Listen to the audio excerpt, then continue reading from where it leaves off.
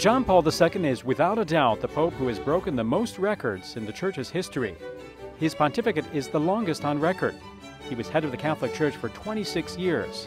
Only Pius IX and St. Peter's pontificates lasted longer than John Paul II's.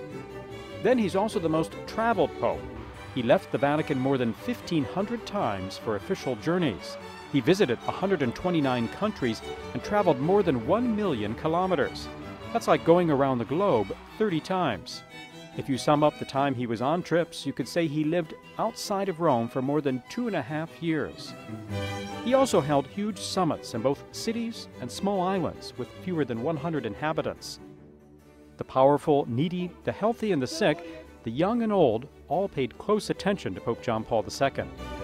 The Philippines holds the record for the country with the highest attendance at one of the late pontiff's events. 5 million people attended a mass he held in Manila back in 1995. Nobody in the history of mankind has seen or has been seen by that many people. John Paul II was also the Pope of youth. He created the World Youth Day, which he celebrated in 5 continents. Aside from being a non-stop world traveler, John Paul II was also a great writer.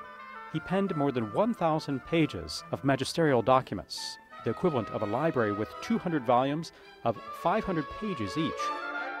His writings include 3,500 speeches from his trips, more than 1,000 of the speeches he made at his general audiences, in which more than 17 million people were in attendance. John Paul II also created the greatest number of saints and blesseds. He raised more people to the altars than any of his predecessors combined, 1,338 blesseds and 482 saints. Karol Wojtyła was also the first on different fronts. He was the first to visit a modern-day synagogue, the first to walk into a Protestant church, and the first to walk into a mosque. John Paul II might have broken many records, but he continued to be who he was, a Catholic priest. He presided over all the sacraments, from baptisms to confessions and marriages, which explains why he liked to describe himself as a simple priest.